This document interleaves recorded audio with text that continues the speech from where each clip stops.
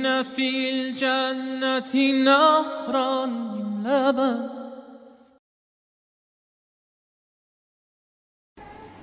So you're here seeking knowledge, inshallah. That's the point of this. It's called a Rihla, because the Rihla in classical Islamic tradition was a journey of knowledge. And there are many great Rihlas. The Rihla of Ibn Jubair is a great Rihla. It's worth reading. It's translated into English for those who are interested. And it's a very interesting picture of, for want of a better term, medieval Islamic civilization, where you, for instance, when he goes to Damascus, there were circles of ilm all throughout the masjid. They did the Dalail Khairat, they did Khatam of Quran, they were studying all the traditional sciences. This was rife throughout the Muslim world. These mosques were filled with either dhikr or knowledge. And these are the two paths to God. The path of the ulama is not the path of the ubbad. Every alim is a abid by nature, because our tradition is ibadah. But the ibadah of the alim is study. And this is something that a lot of students of knowledge fail to understand within the tradition. And this is why within our tradition, these people that are opposed to tradition have been very successful, because they take the so-called traditionalists and they look at their activities and their practices, and very often they've lost study as a foundation of their tradition.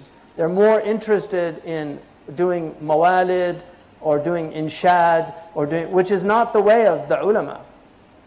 The way of the ulama was not having like gatherings of dhikr. The way of the ulama was study. The way of the ulama was dars and transmission and naql and mastering the ulum. It takes a lifetime to master the Islamic tradition of immense study and hard work. We don't have people that have that himma anymore. And this is part of our crises, is that we have so much ignorance, widespread ignorance. And this is why when people come with refutations and proofs, even if they're fallacious ones, they're very often, the traditionalists are unable to actually refute them, because they don't have knowledge anymore. All they can say is, oh, he's a Wahhabi, or this is their response, is just to say, and dismiss them like this. But meanwhile, these other schools spread more and more, because the traditionalists in many ways have abandoned their tradition. They give it lip service and they tell how important it is, but they actually don't really do the work needed to preserve the tradition. Because you can have a library with all the books on the shelves, but if you never open the books, all you're preserving is the books. And Allah faults the Jews for that. كَمِثِلَ الْحِمَارِ يَحْمِلُ أَسْفَارًا. Like the donkey that carries books on its back, if you don't understand the tradition. And this is why one of the things at Zaytuna that's been, for me, bet noir, is this students coming in thinking that they're going to be doing dhikr and doing things, and I'm not interested in that. I want them memorizing Quran and studying. The best practice of ibadah, if you want to do extra ibadah, is to memorize the Quran. Instead of singing qasidas that are nice. I like qasidas, I like poetry, they're nice, but you can sing qasidas until the cows come home. It's not going to rectify the crises of our ummah.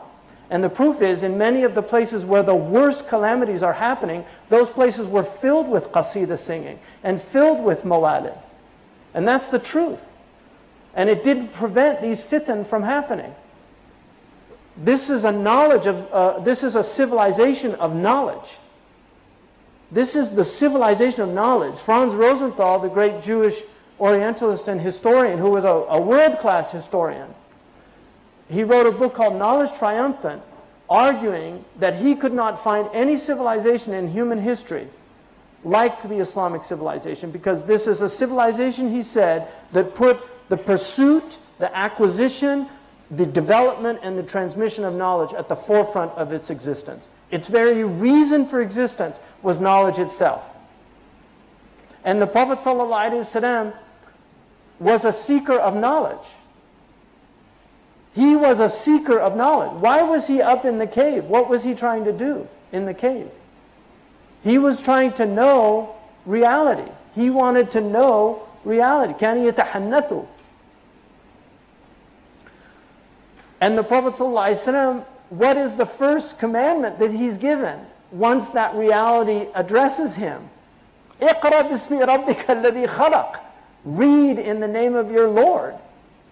And then tells him that he's the one that علم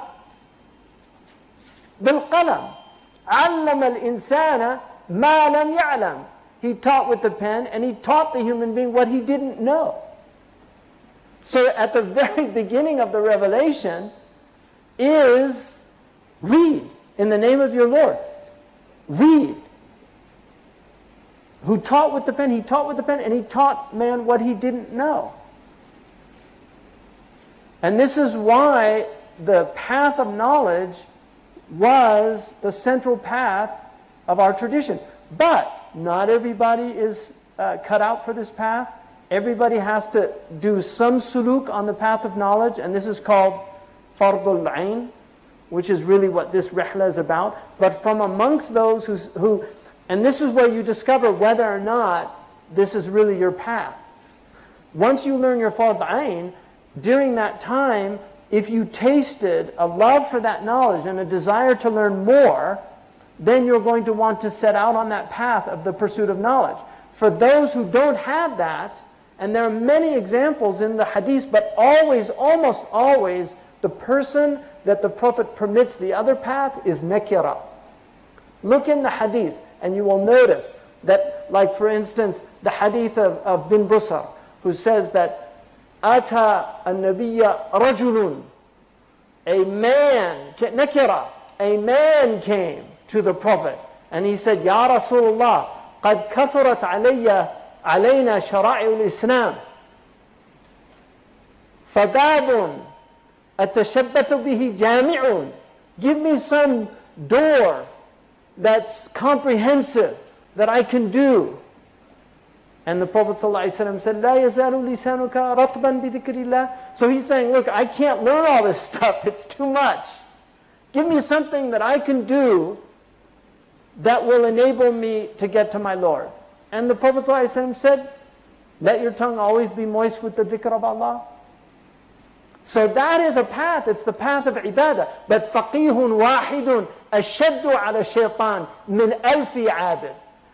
One person who understands this religion with knowledge is worse for shaitan than 1,000 devotees, than 1,000 people of the path of dhikr. And dhikr is a path, and I'm not denying that path. Dhikr is a path, but the path of knowledge is a higher path, and it's the central path of our religion. When the Prophet came into the masjid and saw two hilaq, one of them they were doing dhikr, and another they were studying, he sat with the one studying. And he said, إِنَّمَا بُعِثْتُ مُعَلِّمًا. I was sent as a teacher.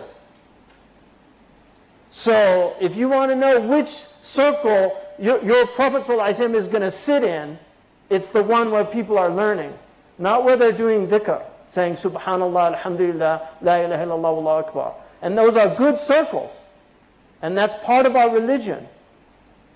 But that's not the circle that the Prophet ﷺ sat in. It's the circle of knowledge. And all of the greatest scholars of tasawwuf were great ulama. They were muhaddithun, muftun, fuqaha. Abu Hamid is considered one of the greatest fuqaha of the Shafi'i madhab. He's arguably the greatest usuli scholar in the history of Islam. He was a logician. He wrote 6 books on logic. He was a mutakallim. He wrote very important works on theology.